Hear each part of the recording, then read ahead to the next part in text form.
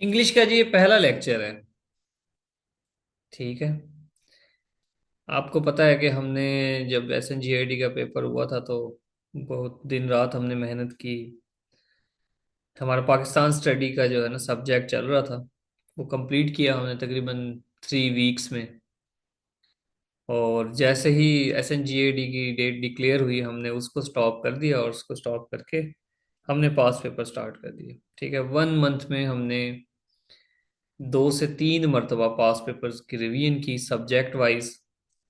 फिर full paper भी, ठीक है, आप लोगों ने अटेम्प्ट किए टेस्ट की सूरत में। अब हमने क्या करना है, अब जिस तरह से हमने पाकिस्तान स्टडी की थी इसी तरह से हमने इंग्लिश करनी है। ठीक है। और आपने आज के बाद ये सोच लेना है कि आपका PPSC का कोई एग्जाम नहीं है। ठीक है। ना ही आपका PPSC का कोई सब्जेक्ट है मां सिवाय इंग्लिश के।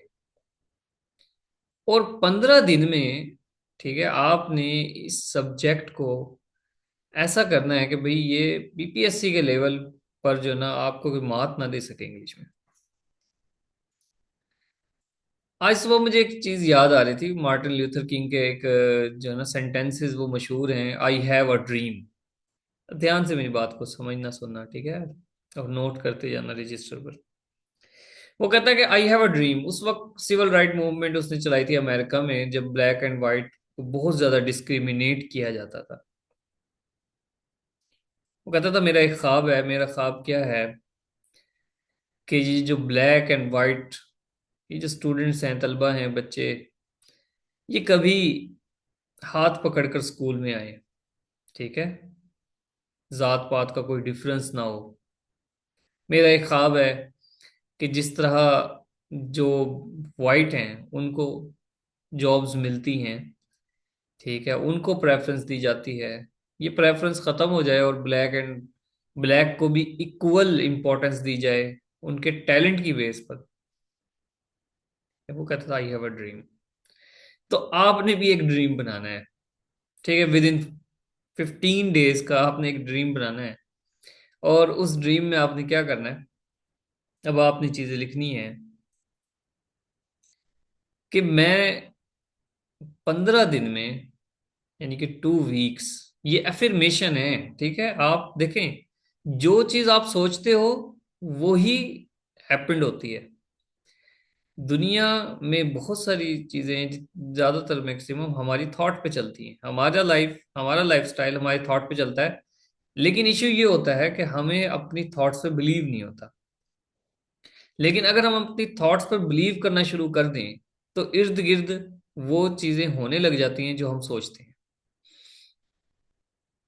अब आपने एक ड्रीम करना है, आपने एक बिलीव बनाना है, एक एफर्मेशन बनानी है अपने रजिस्टर पर, और कहना है, लिखना है, लिखें कि मैंने इंग्लिश के सब्जेक्ट को PPSC के लेवल पर,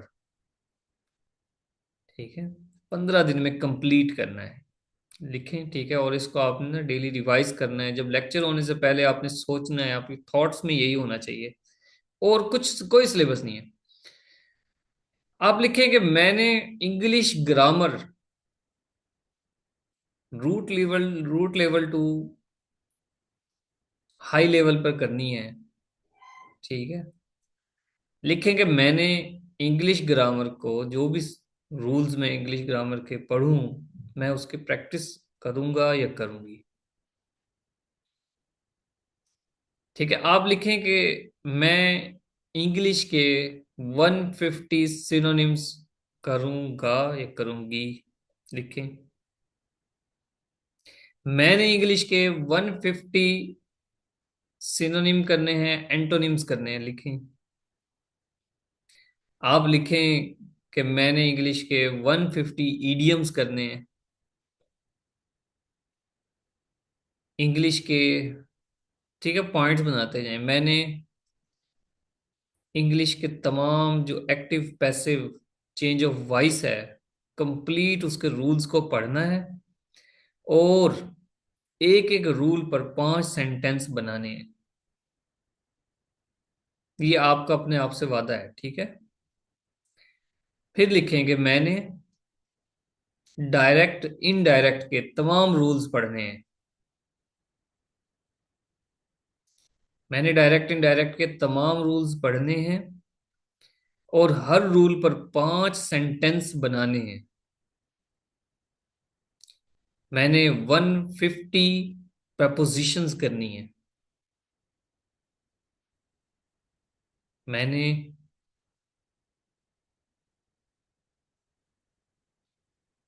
क्या रह गया? पंक्चुएशन। पंक्चुएशन को डिटेल से करना है और उसके हर रूल की दो दो सेंटेंसेस पर प्रैक्टिस करनी है। ठीक है जी। ये आपके रजिस्टर का पहला पेज होना चाहिए।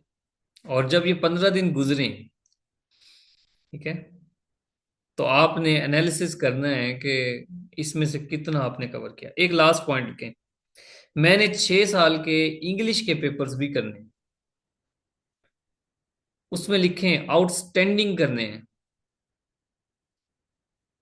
उसका कोई वर्ड नहीं छूटेगा, कोई सिनोनिम नहीं छूटेगा, कोई वर्ड मीनिंग नहीं छूटेगा, फ्रेज नहीं छूटेगी। आपने 6 साल के इंग्लिश के पेपर इन 15 दिनों में आउटस्टैंडिंगली करने हैं। ठीक है जी, लिख लिया सबने? मुझे रिस्पॉन्स करें।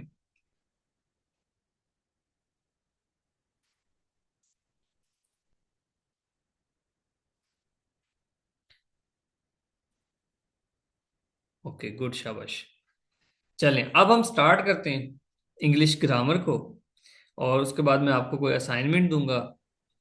ठीक है, जिस तरह कल दी थी सिनोनिम एंटोनिम्स की, उसको भी दोबारा भी करना है हमने। और ये इंग्लिश ग्रामर कर रहा हूँ आपको, साथ साथ मैं प्रैक्टिस भी करवाऊंगा पास पेपर्स की साथ। और कुछ असाइनमेंट भी दूंगा।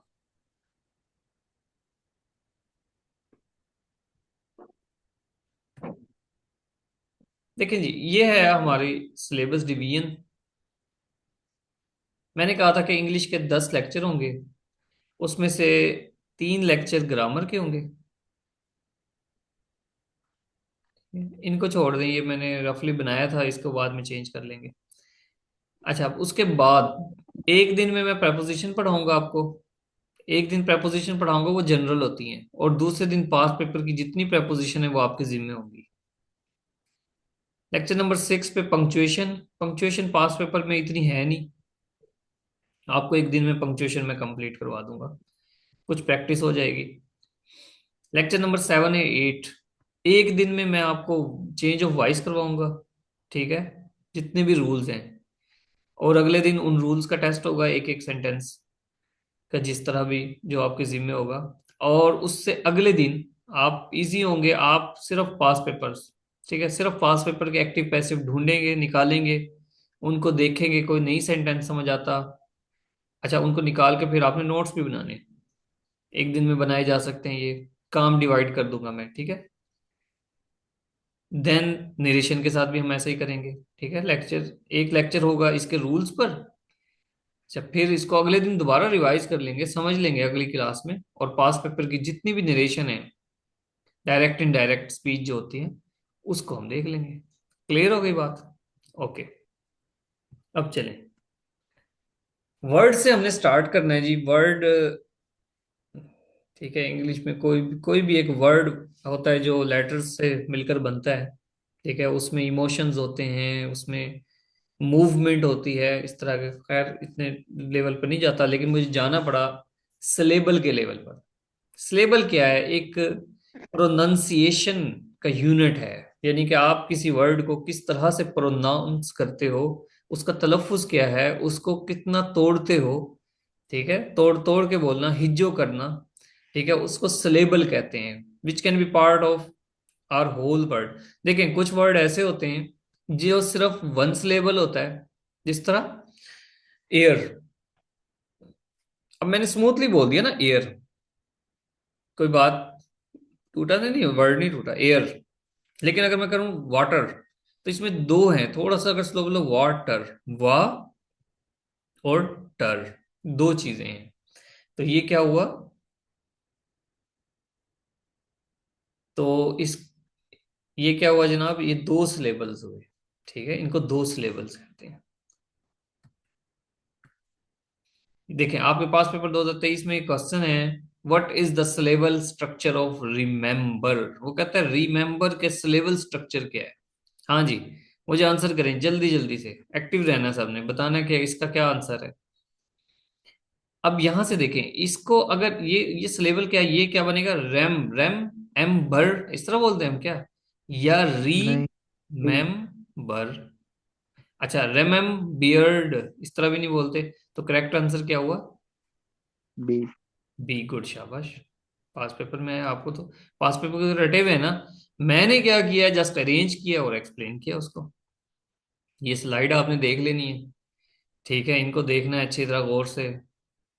लाइब्रेरियन, किस तरह इनको तोड़ना है आपने, अपने रजिस्टर पर इनको तोड़ें जिस तरह के रिमेंबर को तोड़ा गया है। यूपीएससी ने रिमेंबर को तोड़ा है ना, आप इन सब पे प्रैक्टिस करें। और ये भी देखें कि लार्जेस्ट वर्ड कौन सा है। ठीक है, आपने देखना है लार्जेस्ट वर्ड कौन सा है, कितने ज्यादा से ज्यादा कितने सिलेबल बन सकते हैं, ज्यादा से ज्यादा कितने सिलेबल बन सकते हैं, देखना है आपने। नेक्स्ट देखें जी, फ्रेज क्या होता है, ग्रुप ऑफ वर्ड्स है, ठीक है, without subject and verb component. एक ऐसा ग्रुप ऑफ वर्ड जिसका इंडिविजुअली कोई मीनिंग नहीं है, इंडिविजुअली मतलब वो अपने आप में सरवाइव नहीं कर सकता, एक्सप्लेन नहीं कर सकता अपने आप को, उसको कॉन्टेक्स्ट चाहिए, ठीक है, उसको कॉन्टेक्स्ट चाहिए होता है, क्योंकि उसमें ना सब्जेक्ट है ना वर्ब है। अगर सब्जेक्ट और वर्ब हो जाए तो उसको हम कहते हैं सेंटेंस बन गया, वो सेंटेंस बन जाता है, उसको हम क्लॉज भी कहते हैं, ठीक है। लेकिन अगर वो अपना मीनिंग इंडिविजुअली नहीं दे पा रहा, बेस्ट, जैसे देखें वाज वर्किंग, बेस्ट फ्रेंड, अब ना इसमें कोई इशारा है, ना ये किसी को इंडिकेट कर रहा है, ना इसमें कोई जमाना है, ठीक है, टेंस तो नहीं है इसमें ना कोई, he was my best friend, तो वो ही इंडिकेट कर रहा है किसी पर्सनैलिटी को। तो यहाँ पे बेस्ट फ्रेंड इंडिविजुअल कुछ भी नहीं है, ठीक है, किसी ऐसे का टाइटल तो हो सकता है, लेकिन उसमें भी होता है my best friend, your best friend, the best friend, article फिर भी लगता है। तो ये फ्रेज है, क्लियर हो गई बात जी। तो group of words without a subject verb component, इसका कोई, इसको फ्रेज कहते हैं। देखें, ये 2022 में क्वेश्चन है आपके पास, आइडेंटिफाई द फ्रेज, फ्रेज बताएं। अब वो उसने, अच्छा ये सेंटेंस है, that new black shirt is mine. अब मैंने इसमें कहा है कि दैट न्यू ब्लैक शर्ट एक फ्रेज है। अब इसमें दो क्वेश्चन है, पहली बात तो मुझे कैसे पता लगा कि ये फ्रेज है, दूसरी बात, मुझे दूसरी बात ये है कि मुझे ये जो फ्रेज है आखिर ये कौन सी फ्रेज है। ये दो चीजें इंपॉर्टेंट है।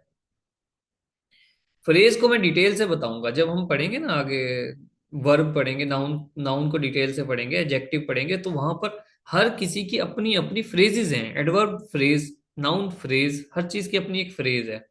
तो उसको वहां पर डिटेल से पढ़ेंगे, ये सर जस्ट मैंने एक टच दिया है कि ग्रुप ऑफ वर्ड्स है, ठीक है, उनको फ्रेज कहते हैं, जो अगर वो मीनिंग कंप्लीट ना देते हो। क्लियर है मेरी बात। Identify the phrase that new black shirt is mine. अब कौन मुझे बताएगा कि मुझे कैसे पता लगा कि दैट न्यू ब्लैक शर्ट एक फ्रेज है, यहां तक मुझे कैसे पता लगा।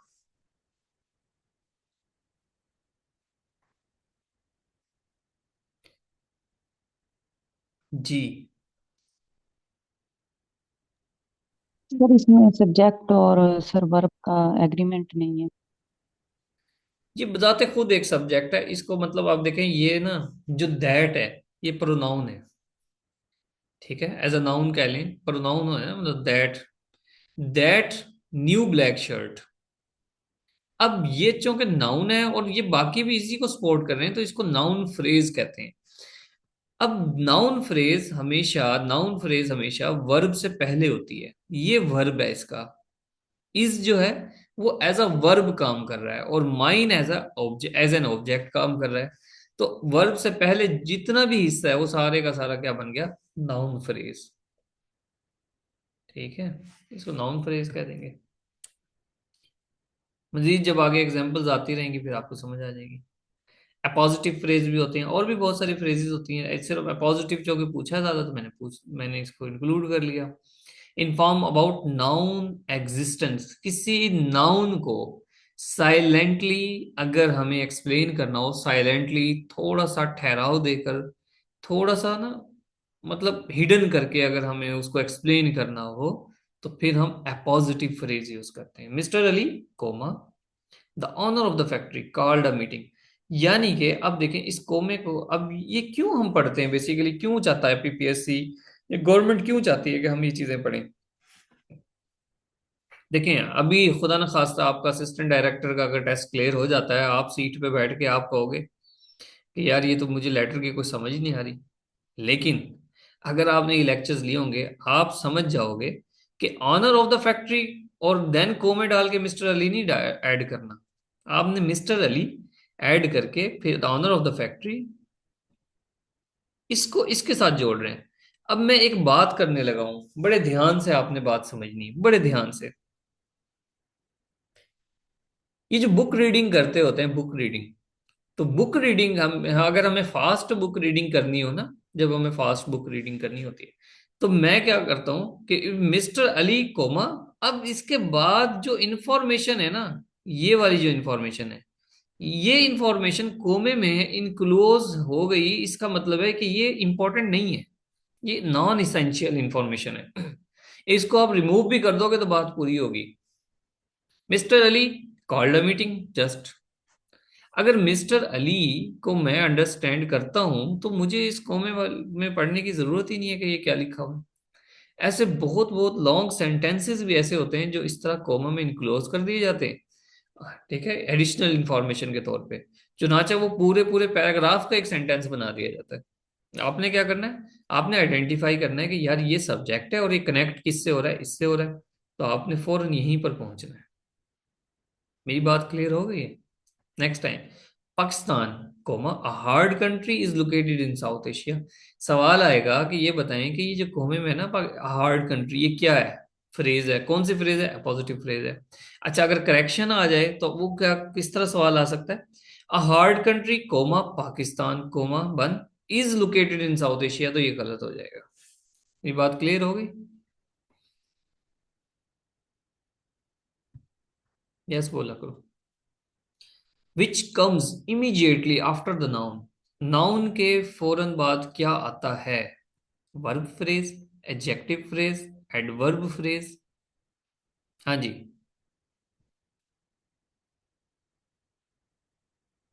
गुड, गुलसमान एक्टिव है भाई। एडजेक्टिव फ्रेज, ठीक है। एडजेक्टिव क्या होता है, ये आगे आएगा। एडजेक्टिव वो होता है जो कि नाउन को नाउन को क्वालिफाई करता है, नाउन को एक्सप्लेन करता है, नाउन के बारे में बताता है, तो वो उसके बारे में जितनी भी बात है वो सारा एडजेक्टिव फ्रेज बन जाता है। एडजेक्टिव्स को हम बहुत डिटेल से करेंगे और अच्छे तरीके से करेंगे। क्लॉज, क्लॉज क्या है, a group of word that contains a subject and verb. इसमें एक सब्जेक्ट भी होता है, एक वर्ब भी होता है, ये क्लॉज बन जाती है। आगे यहाँ देखें, आई वेंट, मैं जाता हूं, ठीक है, कहां पर, स्कूल। तो ये जो है ना, आई वेंट टू स्कूल, ये कंप्लीट एक क्लॉज क्लॉज है।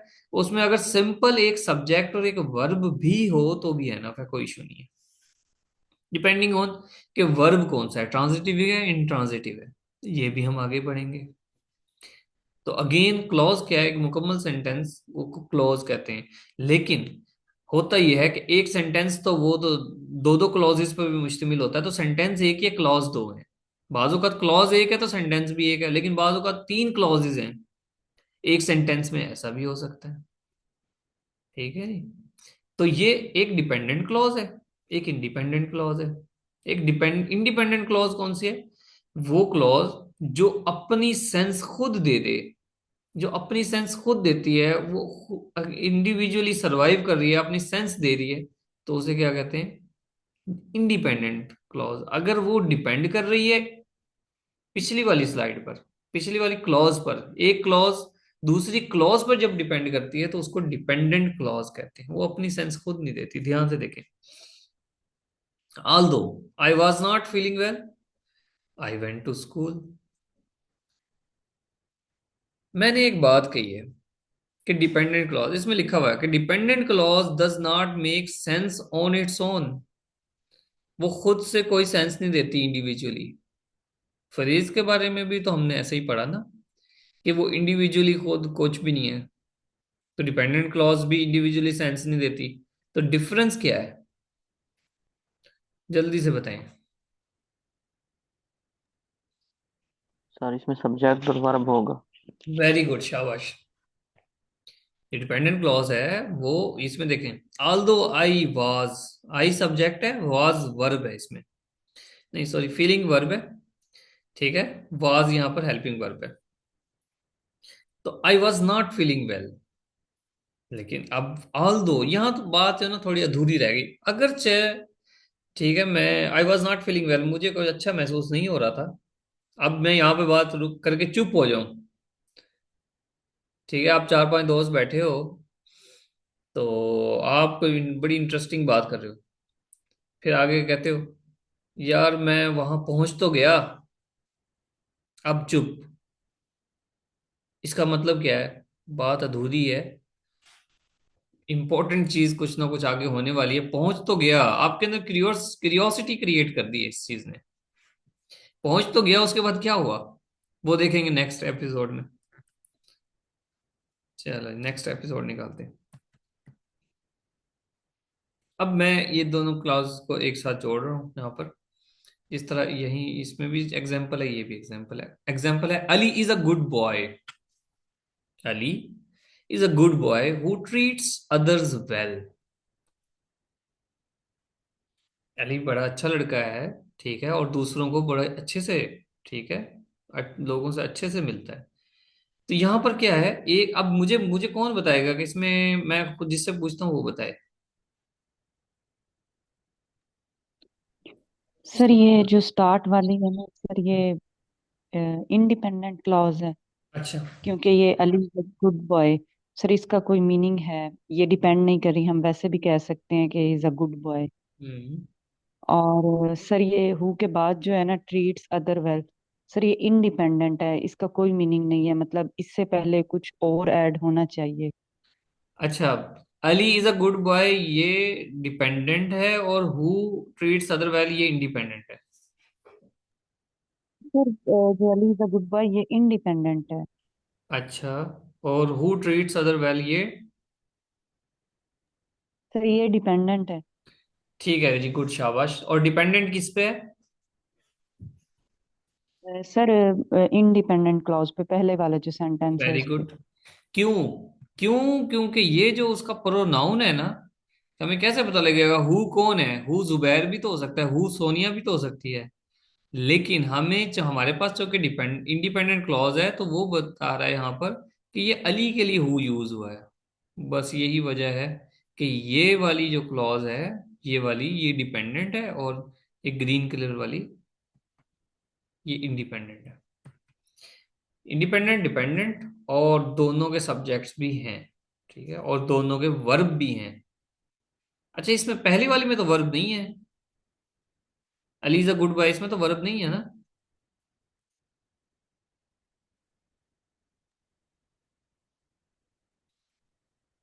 हाँ, है वर्ब। कौन सा? इज। इज तो हेल्पिंग वर्ब नहीं होता। सर हेल्पिंग तो है लेकिन वर्ब की बात नहीं हुई। हाँ, तो हेल्पिंग वर्ब है, वर्ब तो नहीं है फिर।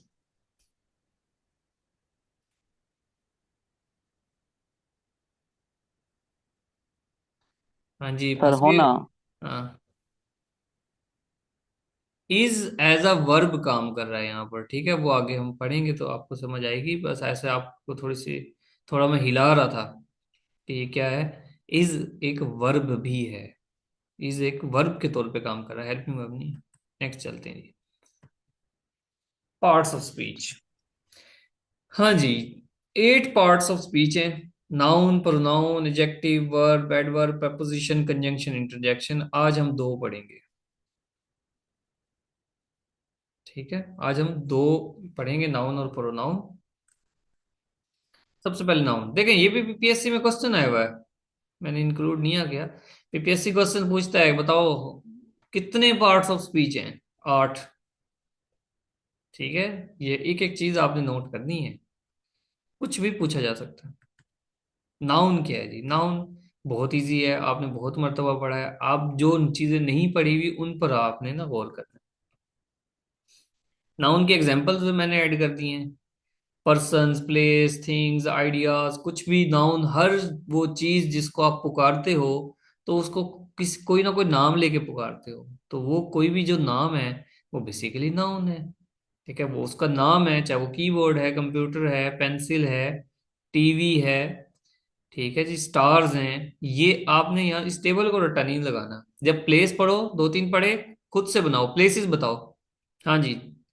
सो बताओ मुझे एक एक प्लेस बताओ, जल्दी जल्दी। सब एक एक प्लेस बताएं। नाउन में कोई प्लेस।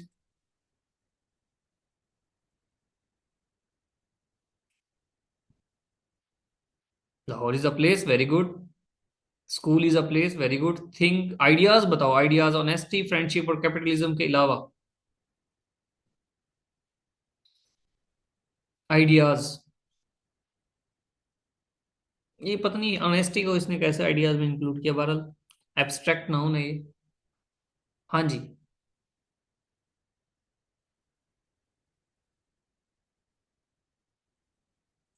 कोई नहीं आ रहा, फंस गए हो यहाँ पे।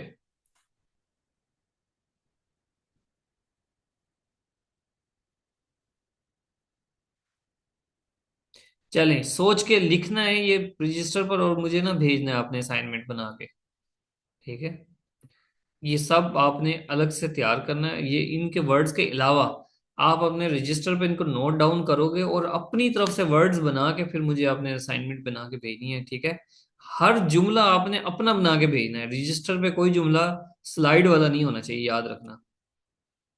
ये आपके असाइनमेंट है। तभी आपकी तैयारी होगी, वैसे नहीं होने की। काउंट नाउन भी होते हैं और मास नाउन भी होते हैं। काउंट नाउन जिनको गिना जा सकता है, मास नाउन जो कि नहीं गिने जा सकते। ठीक है, काउंट जैसा बुक है, पेन है, टेबल गिन सकते हैं हम।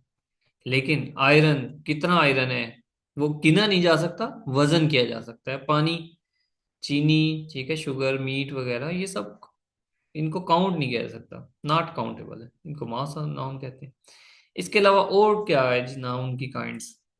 प्रॉपर नाउन होता है, common noun, collective noun, material noun, abstract noun. चले, यही इसको क्लियर करते जाते हैं। फिर मुझे आप बताओगे ये चीजें, मुझे आप बताओगे किस किसको आती हैं। एक एक जो है ना, आप में से एक एक बंदा एक चीज को ना एक्सप्लेन करता जाए। हाँ जी, ये कौन है जी? इफ़त जहर। ये कौन है भाई? आप किसी और ने लिंक शेयर किया हो आपको? इफ़त।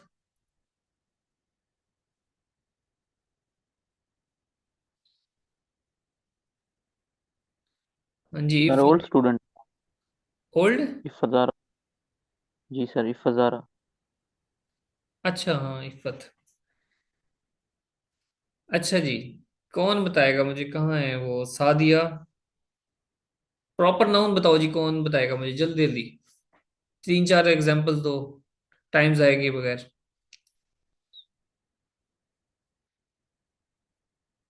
Hurry up.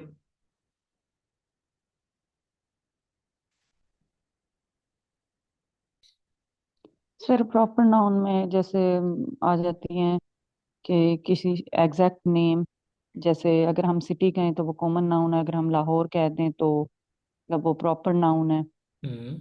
और अगर हम जैसे एक गर्ल कहते हैं तो वो कॉमन नाउन है, अगर हम नेम मेंशन कर देते हैं हम्म। कोई भी तो सर वो प्रॉपर नाउन है। Very good.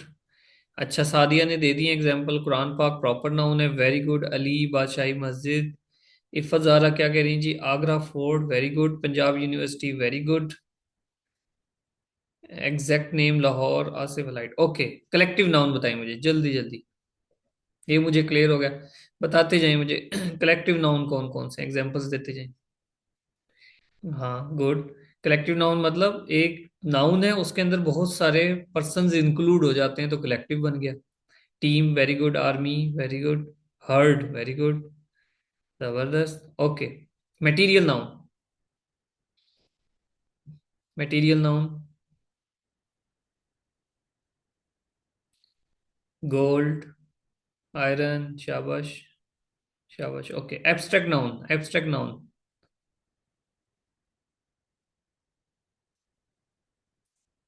फ्रीडम, वाह जबरदस्त। Gulzaman, virtue, well done. और बताएं जी। गुस्सा जो होता है, एगोनी, गुस्सा, ये भी तो एब्स्ट्रैक्ट है ना। अच्छा, आपने आज सिनोनिम पढ़ा होगा, इलेट, इलेट खुशी, इलेटेड खुशी। वाइगोरस, अच्छा, मगरूर, हॉटी, ये क्या है, brotherhood, very good Kaleem Iqbal. Hottie, जबरदस्त। चलें जी, अब हम इनकी डेफिनेशंस नहीं पढ़ेंगे, आपको सारे आते हैं। अब देखते हैं कि इसमें नई चीज क्या देख रहे हैं हम। प्रॉपर नाउन पढ़ लिया हमने, Newton was a great scientist. इन सब के सेंटेंस, एक इनको सबको सेंटेंस में बनाना है आपने। याद रखें, मैं एमसीक्यूज की कोई तैयारी नहीं करता। मीटिंग एंड होने वाली है, ठीक है, आप ज्वाइन कर लेना, दोबारा लिंक आएगा। एमसीक्यूज की कोई तैयारी नहीं करनी, हाथ से लिखें एक एक चीज। ऑप्शंस भी कोई नहीं होगा टेस्ट में। कॉमन नाउन पता लग गया हमें, डॉग, प्रोफेसर, ये पता लग गया। कलेक्टिव नाउन यहां पर थोड़ा सा देखते हैं, नेक्स्ट जब मीटिंग स्टार्ट होगी तब से स्टार्ट करेंगे। Class, family, team, committee, crowd, club, cattle, gentry वगैरह।